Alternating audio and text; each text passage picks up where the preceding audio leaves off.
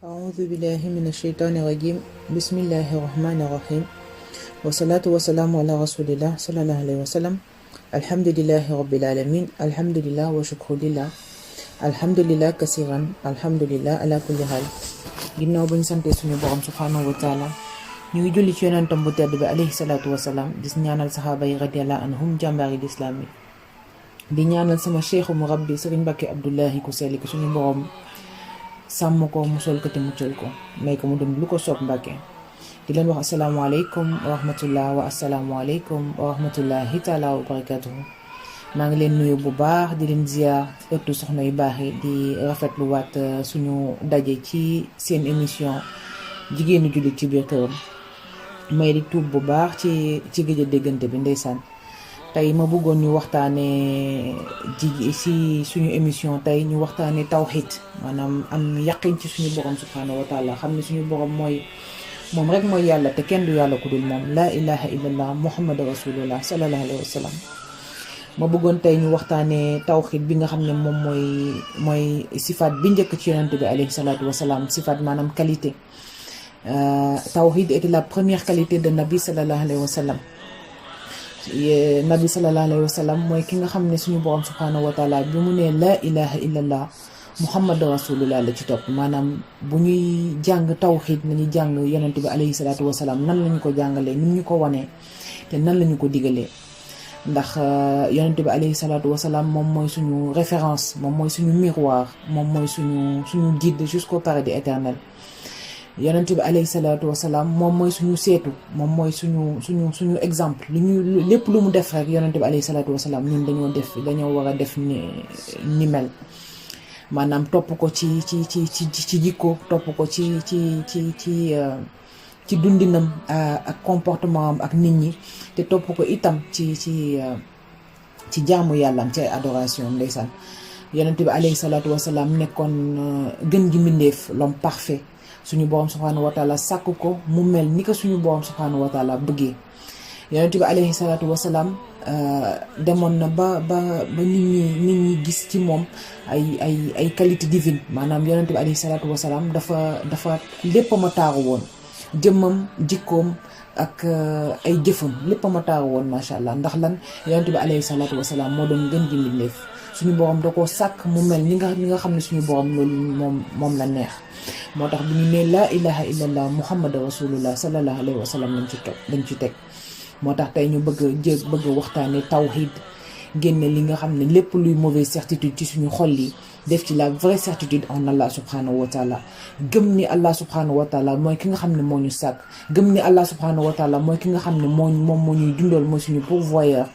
gëm ni Allah subhanahu wa taala mooy ki nga xam ne moom moo ñu yërëm ya rahmaanur rahim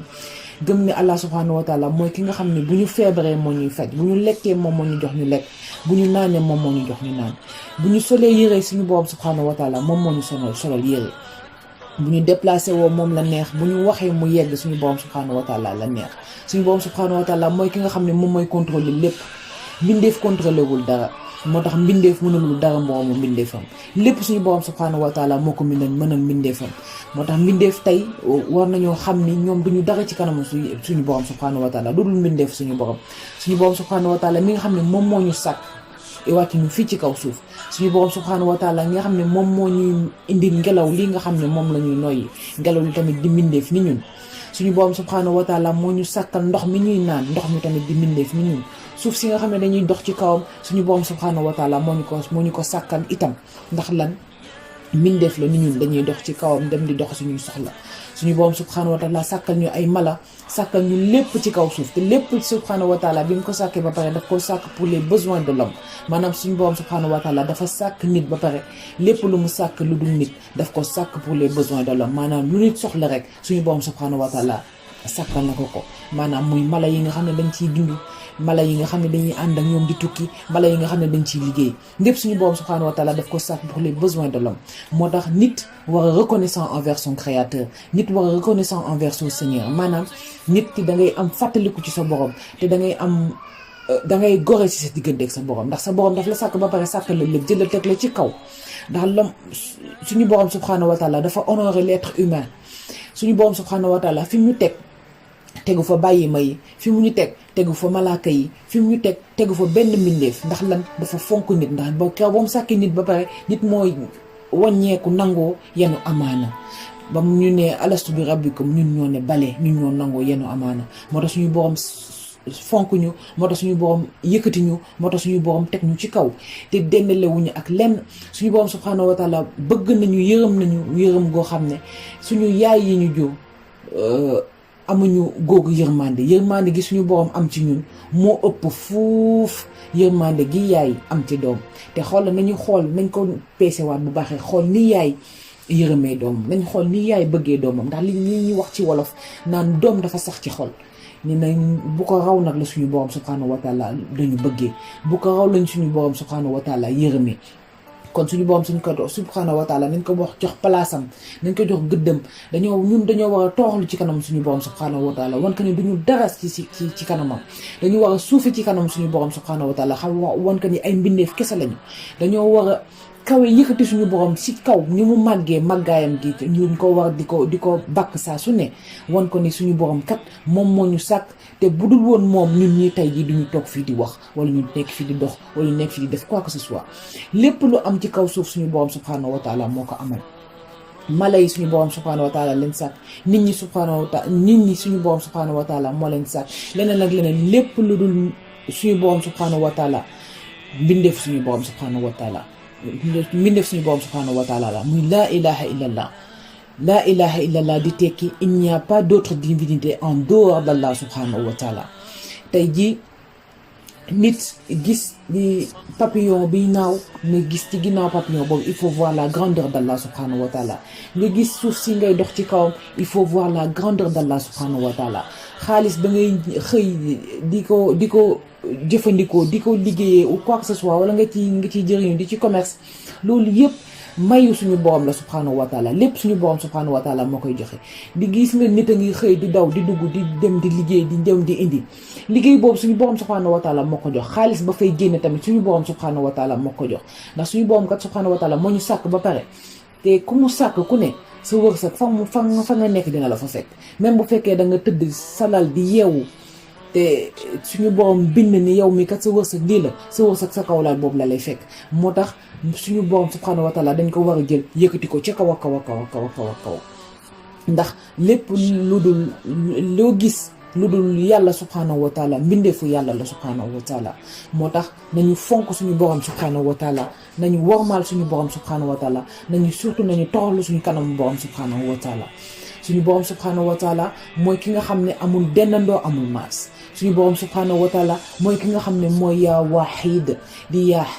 ahad moom kese la du kenn avant moom kese la woon te après moom kese lay doon suñu borom subhanahu wa taala kese moo fi nekk moo tax ñu war a am yaqin ci suñu borom subhanahu wa taala jël duniyaa gi dindi ko suñu dënn yi jël lépp loo xam ne mën nañoo yàq suñu diggante ak suñu borom ñu dindi ko suñu dënn yi duniyaa mën nañoo yàq suñu diggante ak suñu borom alal am mën nañoo yàqal suñu digganteeg suñu borom suñu njaboot suñu ay doom mën nañoo yàqal suñu digganteeg suñu borom ci naka maanaam nga jël sa ay doom bëgg leen bëgg goo xam ne dalay fàttaloo sa borom subhanahu wa taala nga jël duniyaa gi yenn ko wala bëgg goo xam ne daf lay fàttaloo sa borom subhanahu wa taala wala nga jël xaalis am ak lu mu mënti doon nga bëgg goo xam ne da lay fàttaloo sa borom subhanahu wa taala boobu mbëggeel c'est de l'amour illicite yàlla nañ ci yàlla musal suñu borom danga koy bëgg suñu borom danga koy wormaal suñu borom danga koy wekk danga koy teg place am moom loolu la ñuy woowee am taqwa maanaam lépp loo xam ne ay mauvaise certitude la il faut qu'on les enlève de nos cœurs maanaam lépp loo xam ne mbindee fa suñu borom la lépp loo xam ne matériel la lépp loo xam ne ci dunya la nekk nañ ko dindi suñu xol yi ba mu set ñu def ci la vraie certitude qui est en Allah subhanahu wa taala xam ne lépp lu am ci kaw suuf Allah moo subhanahu wa taala moo ko amal lépp lu dund ci kaw suuf Allah subhanahu wa taala moo koy dundal lépp lu wodd ci kaw suuf Allah subhanahu wa taala moo ko wodd nit mënul boppam dara moroomu mbindeef mënul moroomu mbindeefam dara itam lépp suñu borom subhanahu wa taala moo ko mën suñu borom subhanahu wa taala sàkk nañu ba pare wan ñu nan la ñuy jaar ak nan la ñuy def suñu borom subhanahu wa taala ci kattanam ak yërmandeem daf ñu sàkk ba pare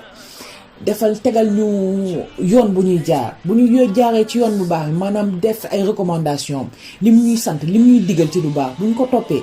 ñun ñooy gën a kawe malaaka yi bu ñu fekkee nag dañoo def li nga xam ne suñu borom moom la ñuy tere dinañ taseeg seytaan ci yoon te bu boobaa ñooy gën a suufee bàyyi ma alors suñu borom subhanahu wa taala bëgg ñu weesuwul mu sàkk ñu ba pare wàcc ñu fii si kaw fu suuf nañu bu ngeen jaaree ci yoon bu baax bii kat yoon buñ ñu tracel muy yoonu alxuraanul karim ak sunnas muhammad sallallahu alayhi wa sallam buñ ko baaxee boobu keroog yowmal xiyaam dinañu gërëm waaye nag bu ñu jaaree ca yoon ba sa des nga xam ne daf ñu koo tere nañu seen ennemi mooy seytaan ngeen moytu ko yoon boobu nag buñ fa jaaree topp suñu bakken ba jaar fa keroog yowmal xiyaam lu ñu fa dal ñun ñoo ko teg suñu bopp ndax suñu borom subhanahu wa taala kat wax nañu li leer ne ci alxuraanul karim ba pare ak sunna yonent bi alayhi salaatu wasalaam yonent bi alayhi salaatu wasalaam keroog ci kiyam bu mujj ci ajam bu mujj lenn lañu wax nañu maa ngi dem mais je vous laisse deux choses avec lesquelles si vous vous cramponnez dedans vous ne serez pas égarés maanaam la parole d'Allah subhanahu wa taala muy alxuraanul karim et la sunna de nabi sallallahu alayhi wa sallam mooy alxuraanul karim ak sunnaam moom nee na ñaar yooyu buñ ci jàppee duñu réer mukk te duñu sànku yonent bi alayhi salaatu wasalaam nekkoon le meilleur des hommes maanaam mu nekkoon ngën gi mu def topp di ko suñu borom subhanahu wa taala santoon ak aussi bon comportement am ba tey jii ñu mën a xool ci moom mën a jël ci moom exemple mën koo def suñu seetu pour mën a dund suñu diine ni ñu ko suñu borom subhanahu wa taala sante ndax suñu borom subhanahu wa taala kat moom mooy yaa illaahi suñu borom subhanahu wa taala mooy yaa rahmaanu rahim suñu borom subhanahu wa taala mooy yaa xaaliq di yaa rabbi gi nga xam ne moom moo lay jàngal suñu borom subhanahu wa taala mooy ki nga xam ne daf ñoo yërëm daf ñoo bëgg te daf ñuy yéer suñu borom subhanahu wa taala moom dong lañu war a jaamu waru ñoo jaamu keneen ku dul suñu borom subhanahu wa taala laa ilaha illallah suñu borom subhanahu wa taala mu ngi ñuy wax ci alxuraanu karim ne vous prosternez pas au soleil ni à la lune mais prosternez-vous à celui qui les a créés maanaam suñu borom subhanahu wa taala mu ngi naan bu leen sujjóot ci pour naaj bi bu leen sujjóot tamit ngir pour jant bi bu ngeen di sujjóot na ngeen sujjóot ki nga xam ne moom moo sàkk loolu yëpp moom moo sàkk jant bi moom moo sàkk naaj bi moom moo sàkk guddi moom moo sàkk bëccëg moom moo sàkk suba moo sàkk ngoon moo sàkk géej gi moo sàkk mala yi moo sàkk montagne yi moo sàkk les sept cieux et moom moo sàkk les sept terres suñu borom subhanahu wa taala moom moo sàkk lépp ci àddina ci tënk ci gàttal di suñu borom moo sàkk lépp ci ngelawal kàddoom muy kun fayakun suñu borom subhanahu wa taala mooy ki nga xam ne moom noo naan mu am suñu borom subhanahu wa taala mooy ki nga xam ne moom moo sàkk lépp loo gis ci kaw suuf lépp loo gis muy dox ci kaw suuf suñu borom subhanahu wa taala moom moo ko sàkk moo tax suñu borom subhanahu wa taala jël ko teg ko ci kaw ñu war ko kennal suñu borom subhanahu wa taala laa ilaha illallah moo tax ñu war a wekk suñu borom subhanahu wa taala am taqwa ci moom te surtout ñu am yaqin ci moom ndax bu ñu amee yaqin suñu borom subhanahu wa taala kat yaqin googu moom mooy dundal suñu tawxiid ñu wéetal suñu borom suñu biir xol yi ku wéetal sa borom ci sa biir xol dina feeñ ci sa ay jëf dina feeñ ci sa ay comportement suñu borom subhanahu wa taala mu ngi waxaat ci alxuraanul karim à la sourate 26 verset 218-219 il te voit quand tu te lèves lors de la prière il voit tes gestes parmi ceux qui se prosternent il est avec vous où que vous soyez. Rien sur terre ou dans les cieux n'échappe à Allah subhanahu wa ta'ala. Ton Seigneur est constamment aux aguets. Il connaît la perfidie des regards et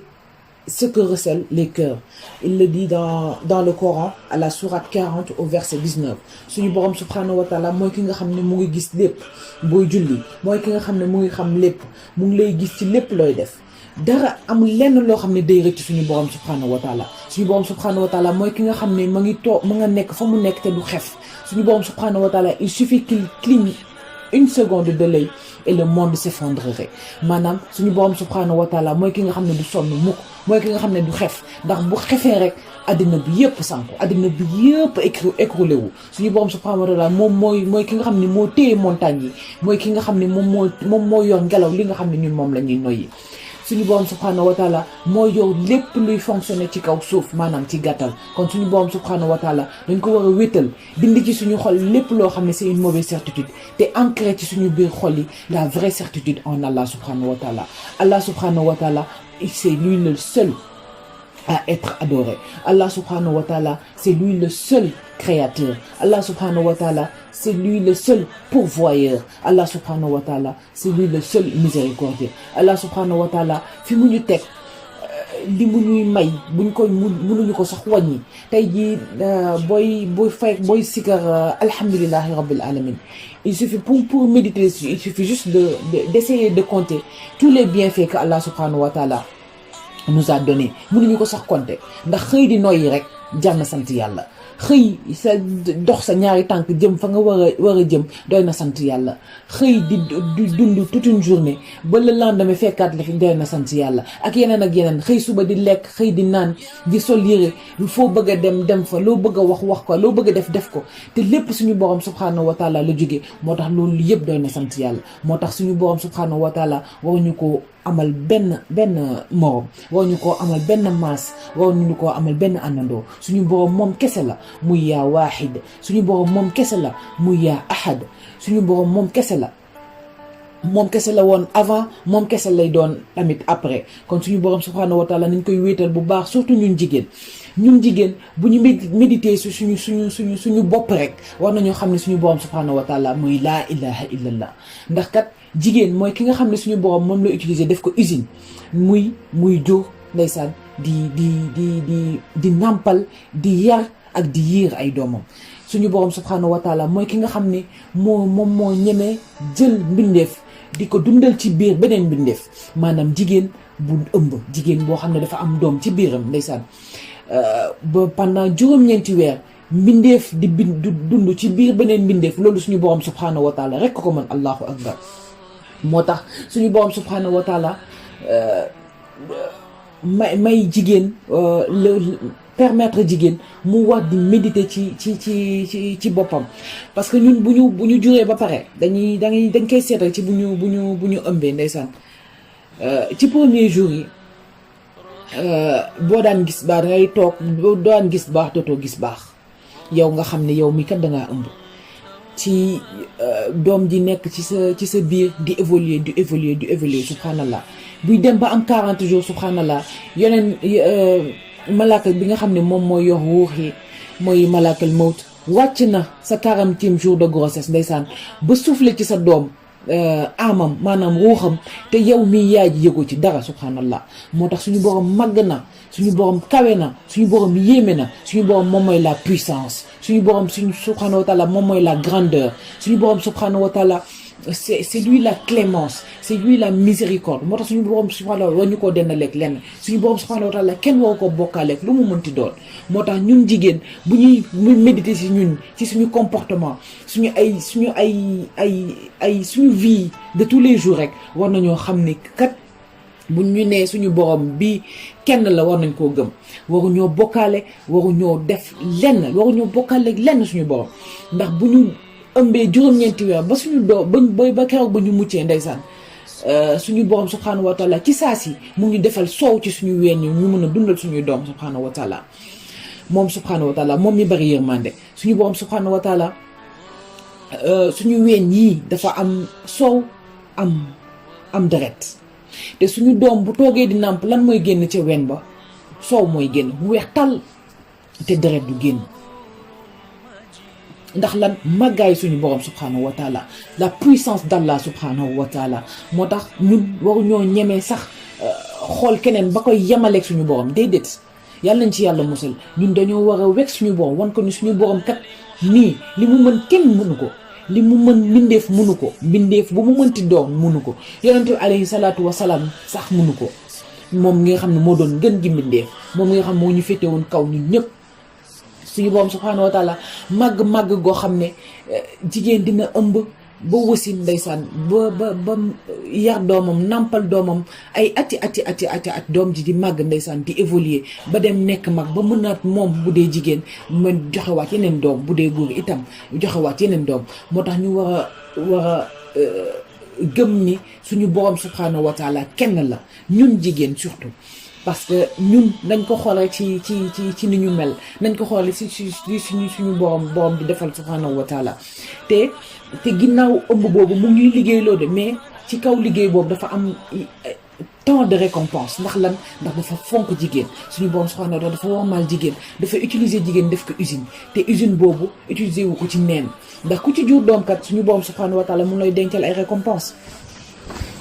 mu ne si une femme meurt avant la fin de ses 40 jours après l'accouchement maanaam jigéen ju am doom jigéen ju wasin 40 jours après nga dee ci nga ñàkk ci sa bakkan suñu borom subhanahu wa taala dafay jox statut de martyr maanaam subhanahu wa taala daf lay def nga nekk martyr ku ci am doom ci 40 jours yi suñu borom jël sa bakkan da lay def martyr loolu récompense gënu ko rëy subhanallah suñu borom subhanahu wa taala mu ngi waxaat naan une femme qui met au monde un enfant, Allah subhanahu wa ta'ala lui donne la récompense de 70 années d'adoration. Et au moment le plus dur de l'accouchement, Allah subhanahu wa ta'ala lui donne la récompense d'un hajj nafil. Subhanallah. moo tax jigéen dafa war a gëstu xam kan mooy boromam gëstu xam lan la ko boromam dencal moo tax à chaque fois parfois je donne comme exemple ni jigéen dafa war di jël récompense bi nga xam ne moom la ko suñu borom subhanahu wa taala dencal mu jël ko tekk ci kanamu ay jëfam yu baax loolu da lay motiver ngay def say jëf yu baax tey jii bu fekkee ni yow mi kat da nga nar a am doom nga xam ne telle récompense moo la ciy xaar da nga ciy sawar ndax lan yaa ngi xalaat récompense bi nga war a am ëllëg suñu borom subhanahu wa taala li mu réserver jigéen presque mën nañ ne réserver lu ko benn mbindeef ndax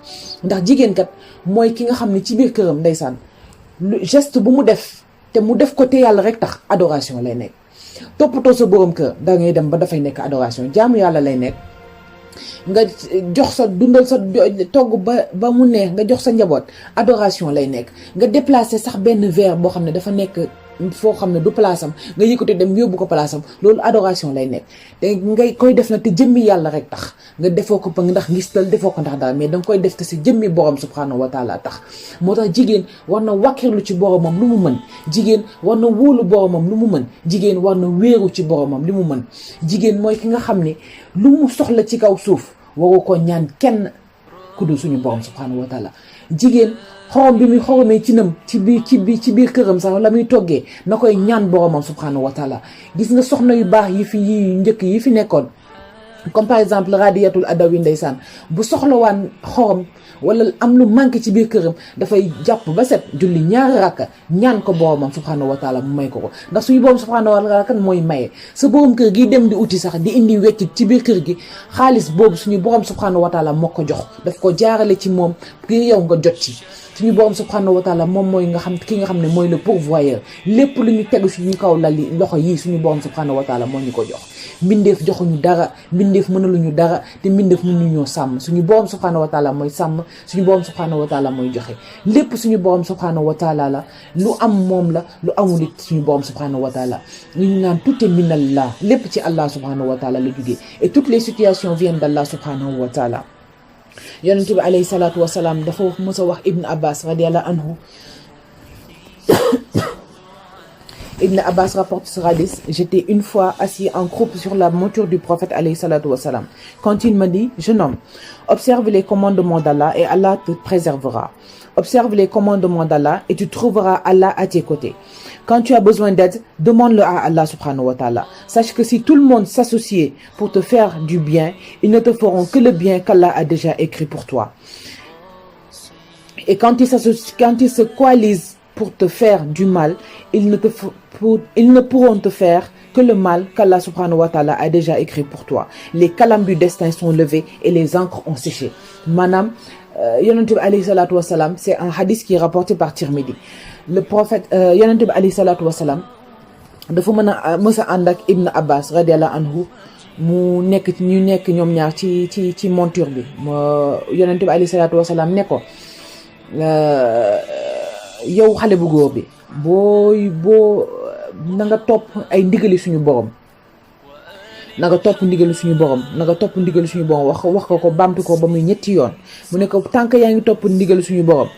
di nga taseeg suñu borom te suñu borom dina la sàmm mu ne ko tant que yaa ngi topp ndigali suñu borom dina la taxawu te dina la yombalal mu ne ko boo amee looy laaj ak lu mu mënti doon na nga ko laaj yàlla subhanahu wa taala bu fekkee da ngaa soxla ndimbal itam na nga ko laaj sa borom subhanahu wa taala ndax kat nee na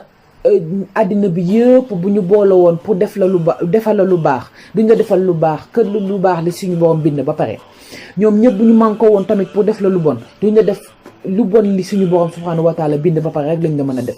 alors lépp lu ñu soxla nañ ko laaj suñu borom lépp lu ñu bëgg nañ ko laaj suñu borom ndax kat li ñu naan suñu borom bind na lépp loo xam ne lu jiitu suñu juddu maanaam 50 000 ans avant notre naissance loo xam ne jiitu na suñu dund 50 000 ans avant notre naissance moo tax li ñuy laaj nañ ko laaj suñu borom lu ñu bëgg nañ ko wax suñu borom suñu ay projet sax buñ ko amee bala ñu ci waxtaan ak qui que ce soit nañ ci waxtaan ak suñu borom subhanahu wa taala ba pare ci société moom maanaam ñu faral ñu farataal la salat istixaara maanaam c'est la prière de consultation yonent bi alayhi salatu wasalaam moo ñu ko digaloon ne ku ci am sa projet balaa nga koy def balaa ngay sëy balaa boo bëggee am doom ak lu mu ci mënti doon na nga ci def prière de consultation ndax kat suñu borom subhanahu wa taala mooy ki nga xam ne moom moo xam li gën ci jaam bi ki nga xam ne moom moo xam li gën ci ñun suñu borom subhanahu wa taala rek ko xam moo tax nañuy faratal di def prière de consultation di tiisoog suñu borom mu ñuy wan yoon bi leer yoon bi gën ci ñun te dindi lépp loo xam ne mën nañoo gàllankoor wala mën nañoo gaañ ci suñu dund. alhamdulilahi rabbil alamin maa ngi yemale fii waxtaan bi tawhid bi bari na des na tuuti mais maa ngi yemale fii waxtaan bi xam naa ba prochain émission incha allah di ñaan ngeen partage bu baax ëttu soxna yu baax yi ak seeni am di jàmm ak seeni mbokk incha allah di ñaan suñu borom may ñu zuhdu di maanaam dëddu àdduna di ñaan suñu borom may ñu himmay alaxira di ñaan suñu borom yombalal ñu di ñaan suñu borom may ñu tawxiid gu leer di ñaan suñu borom may ñu yaqin gi nga xam ne suñu maam Ibrahima alayhi salaam amoon na ko yaqin gi nga xam ne yonente bi alayhi salaatu wasalaam amoon na ko yàlla nañ suñu borom defal yàlla nañ suñu borom taxaw te yàlla nañ suñu borom may les qualités de nabi sallallahu alayhi wa sallam subhanaka allahumma wa bihamdik ashhadu an la ilaha illa anta wahdak la sharika lak astaghfiruka wa atubu ilayk subhana rabbika rabbil izzati amma yasifun wa salamun ala mursalin walhamdulillahi rabbil alamin maa ngi tubb bu baax kàddu yi jaxasoo yi di ko tubbal sama borom subhanahu wa taala di leen wax ba beneen émission insha allah wa assalaamu aleykum wa rahmatullahi taala wa barakatuhu.